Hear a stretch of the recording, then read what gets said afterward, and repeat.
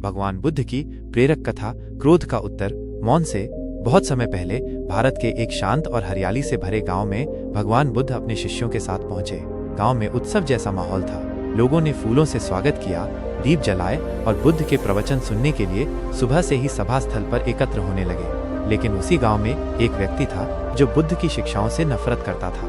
उसका मन अहंकार, क्रोध और द्वेष से भरा हुआ था। उसने कभी बुद्ध को ठीक से सुना नहीं था, नहीं समझा था, परंतु दूसरों की प्रशंसा और श्रद्धा देखकर वो जलने लगा था। उसने मन में ठान लिया, मैं इस तथाकथित ज्ञानी को सबके सामने नीचा दिखाऊंगा। सभा में उपद्रव।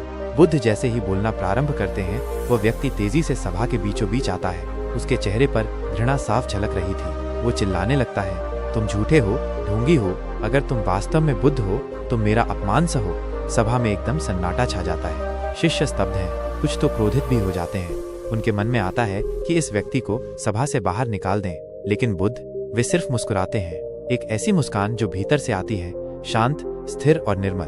बुद्ध का मौन उत्तर। उस व्यक्ति ने बुद्ध को अपशब्द कहे, उनका अपमान किया, यहाँ तक कि उनकी आलोचना करते हुए हाथ भी लहराए। लेकिन बुद्ध की आंखों में न घृणा थी, न भय, न क्रोध, केवल करुणा। जब वो व्यक्ति थक गया, उसकी आवाज बैठने लगी, तब उसने चिल्लाकर पूछा, क्या तुम्हें गुस्सा नहीं आता? क्या तुम पत्थर हो? बुद्ध ने बहुत शांत स्वर में उत्तर दिया, यदि कोई व्यक्ति किसी को उपहार देता है और वो उसे स्वीकार नहीं करता तो वह उपहार किसका रहता है? वह व्यक्ति थोड़ा चकित हो गया, फिर बोला, स्वाभाविक है, वह उपहार उसी का रहता है जिसने दिया।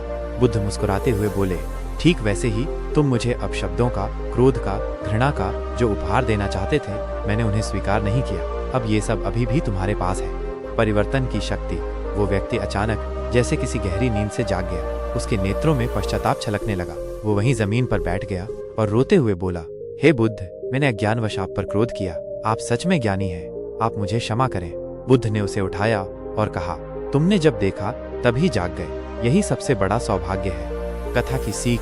इस घटना ने उस गांव में एक परिवर्तन ला दिया। लोगों ने पहली बार साक्षात देखा कि मौन और धैर्य क्रोध से कितना महान होता है। जीवन में संदेश। बुद्धि तब नहीं चमकती जब हम उत्तर देते हैं, बुद्धि तब चमकती है जब हम मौन होते हैं। क्रोध का उत्तर क्रोध नहीं, शांति होती है। जो स्वयं पर विजय पाले वह सच्चा विजेता है।